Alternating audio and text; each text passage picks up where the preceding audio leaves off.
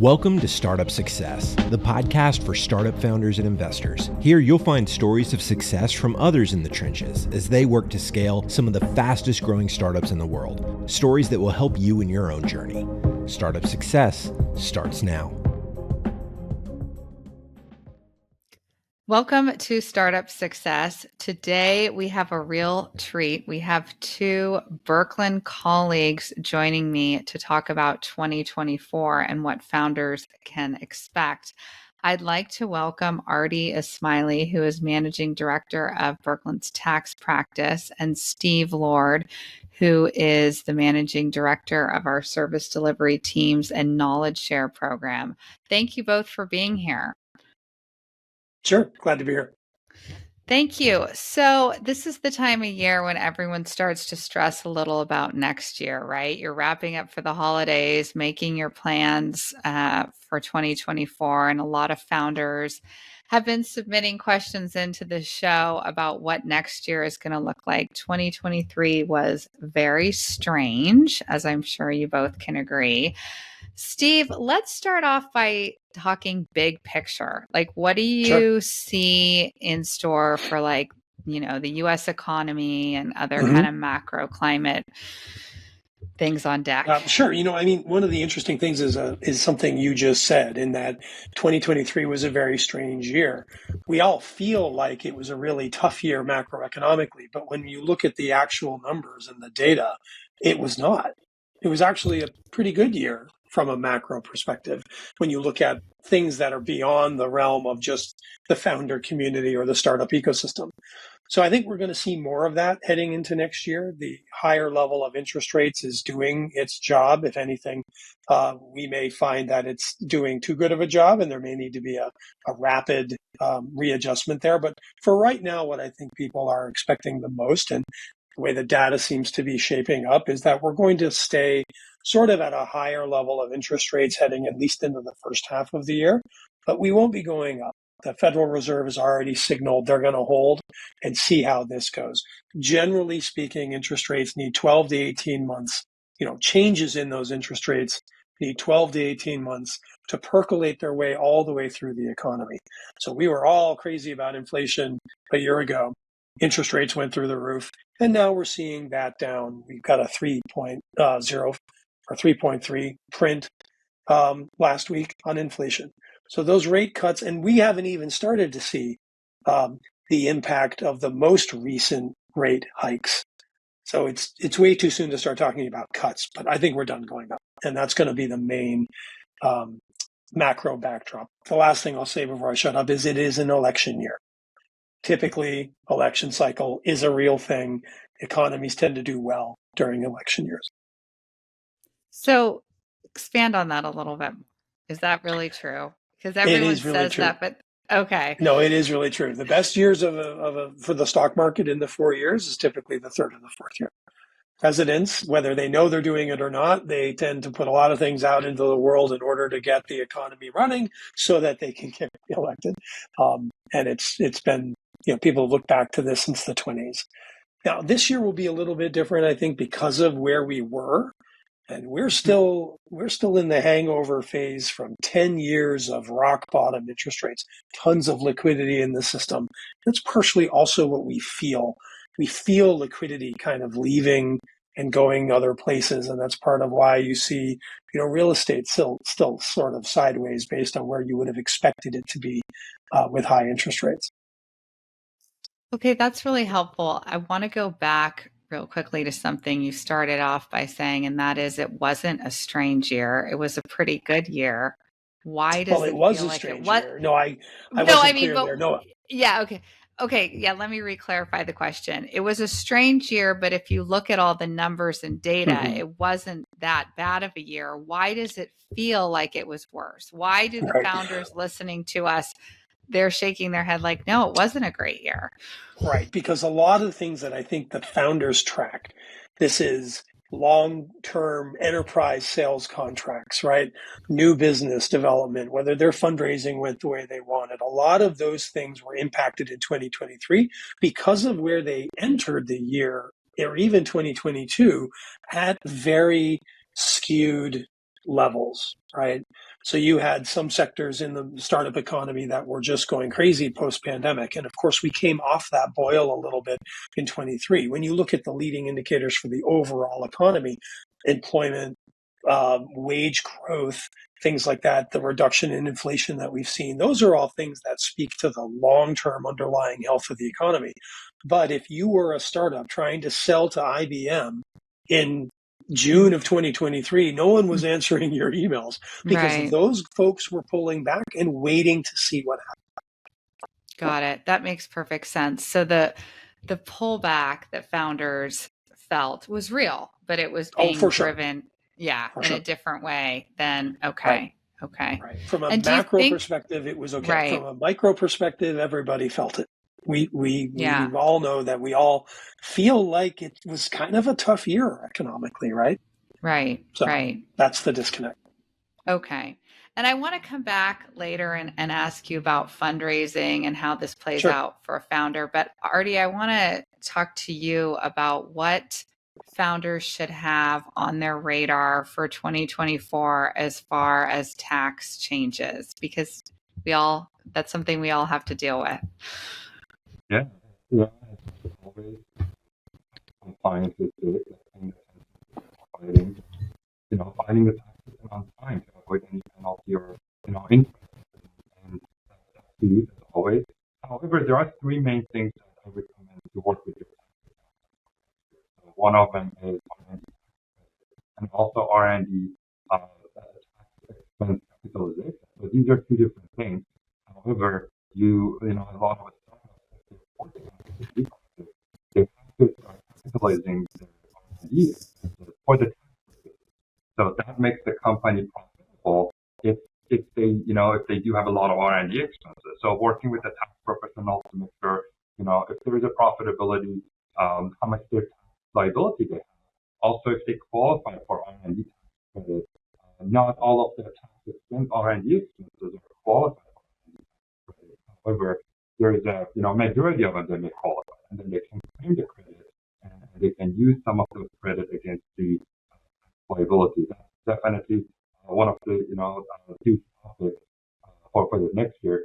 Another one is sales tax, especially if their product is SaaS and digital goods and software. So we've seen a lot more states starting to impose taxes on sales tax on software and SaaS products. So and we have seen a lot of more audits. So definitely working with the professional, to figure out where they do have nexus, where they need to do and if they, should start implementing a system for automating the stuff. Definitely well. And the last thing is not necessarily tax items, however, it is related to the Treasury Department. There is a new changes with the Corporate Transparency Act, with all of the businesses, regardless if they're corporation or if they're LLC, they have to have annual reporting, which the first one is due in 2024, and mostly it's due at the end of the year. So the penalties are significant for missing those reports or not correctly reporting those. So definitely working with their finance team, working with the legal team or tax accountant to understand a little bit about the filing requirements and hopefully they're on in compliance and Okay, so thank you. A couple follow-up questions. That annual reporting, is that something that a founder should talk to a tax professional about first? Definitely we recommend to talk to the tax professional to make sure if they are filing those for them as part of the tax preparation. If they're not, then definitely talk to their legal counsel. Okay. The corporate, this filing requirement is not a tax calculation. That's what I was wondering. Okay. They're not reporting any numbers. However, they're reporting the ownership, the ultimate beneficiary of the company.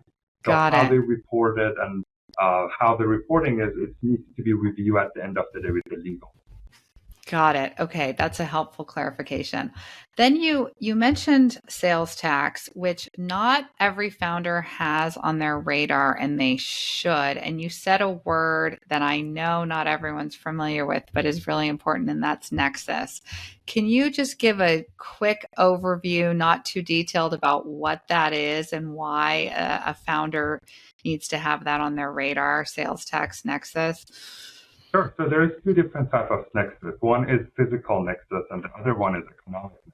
So physical nexus, if the company has some sort of presence in the space, like having an employee, having an office, having a warehouse, having some sort, maybe they travel to support the customer. So they create a physical nexus. It means that they're doing business in that space. So if they now ask them to allocate some of the sales or the skills that they have to the state for the purpose of not only sales tax, but maybe income tax as well. So that's one thing on the first the physical nexus. The other thing is economic nexus, which is based on the dollar amounts and number of transactions that they make. State of Washington, if you don't have physical presence, but you do have 100,000 or $200,000 or 200 transactions, and you establish a nexus, it means that you need after that to start collecting sales tax. Thank you. I think that was a very helpful explanation because I think that's why founders don't always have it on their radar. Last clarifying question. So for years, R&D tax credits have been out there, lots of hype. But this R&D expense capitalization, can you just give a little more detail around it so founders know what to ask their tax professional? Yes, so the R&D expense capitalization, or we call it Section 174.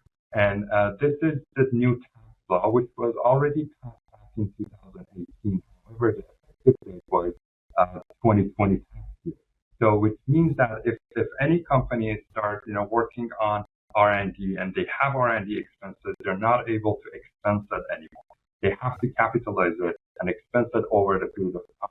If those expenses are in the U.S. and we call it domestic expenses, those are amortized over 5 years. If there are foreign or non-U.S. expenses that amortize over 15 years, which means if you spend $100,000 paying a contractor outside the U.S. to work on your R&D, you're not able to deduct it this year. You'll have to deduct it over the next 15 years. So that automatically makes a lot of businesses which they have revenue profitable and they have to pay tax. Okay, this is why you need a tax professional helping you as a founder. On the sales tax as well, just to hop in there. Everybody, every founder listening to this, if you don't worry about sales tax yet, you will worry about it later. So one way or the other, needs to be on your radar, because if you wait too long and you're backward on it, it is going to hurt. So that is a very, very important call. Mm-hmm. Yeah, we've been through a lot of due diligence for M&A and acquisition, and sales tax always was one of them. Always. Yeah. They didn't pay, the founders didn't pay attention, and now the liability or the exposure is millions of dollars. The buyer doesn't want to take responsibility for that. So what they do is basically they go back and they paying it. Right. Oh wow! And it's so easy to get set up early. Yeah.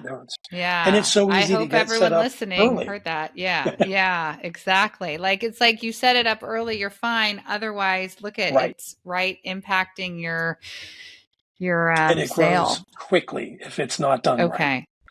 Okay. And penalty and interest can be significant. Okay. So all very important things to have on your radar for next year. Switching back now, fundraising, Steve, just to wrap up that area, because I know a lot of founders listening, want some insight on where you think that will be in 2024. Yeah. So I think what's important that everybody realizes is that venture is a very cyclical industry. It moves with the economic cycle, and it has almost like a sine wave to it if you look at it very objectively. And it has a lot to do with interest rates, of course. So it's pretty negatively or inversely correlated with the interest rate rise. Interest rates go up, VC activity goes down, and vice versa. So one thing I think is important for founders to realize is that the venture business, the ecosystem in and of itself, with the biggest marker being transactions, valuations, deal counts and things like that, really was already declining last spring before the news got bad. And it's already going to start to improve before the news gets better. It is not only is it cyclical, it is an early cyclical sector. So it starts to turn before a lot of other sectors do. If you wait to think that the fundraising environment is going to come back to life when, you're reading about it on CNBC, it's already happening. It's way too late. So I think the best thing for founders to think of is begin prepping for a much more favorable fundraising environment, probably heading into the back half of next year. It might happen a little sooner than that. Sometimes the exit out of a cyclical downturn can be very steep. So, but it's definitely, to me anyway, we are much closer to the end of this down cycle in venture financing than we are to the beginning. I would prep everybody to be thinking about a good. Doesn't mean it's back to where it was, right? Because we were dealing with the over excess. The opposite of the cyclical turn was 2 years ago, where everybody, you needed a pulse and a pair of feet to raise money. We're now on the other side of that. What will happen in particularly the back half of 2024 is a normalization of that trend and an upswing in venture activity. That is so encouraging to hear. That's great news. And I also like that you said, it's kind of already started and it's happening, and that we won't, because the news is so negative and so discouraging. Right, but it is an early turn, right? So it's a lot of counter-cyclical or contrarian thinking about macroeconomics. It's all around, sort of zigging when other people zag. We've priced that negative environment into valuations. So founders, you're not going to get, I think anyway, in the back half of next year, you won't be having the kind of valuation conversations you're having now. You won't be having the ones you had in 2021 and 2022 either, though.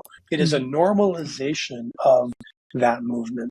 And in particular, I think for Series A to Series B, the folks that are right now needing to do follow-ons, A+ rounds, maybe flat, maybe even a little down, I think those folks in particular should be careful to raise as little as they can, or raise just enough to get to that more positive environment, and then do a bigger round in the back half of next year because the valuations will be stronger.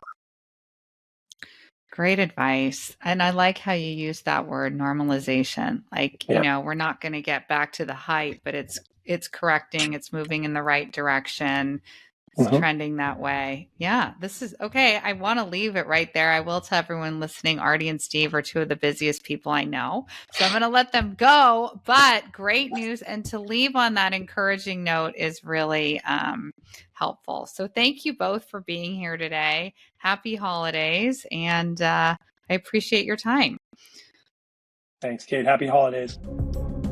You've been listening to Startup Success. To make sure you don't miss out on future episodes, subscribe to the show in your favorite podcast player.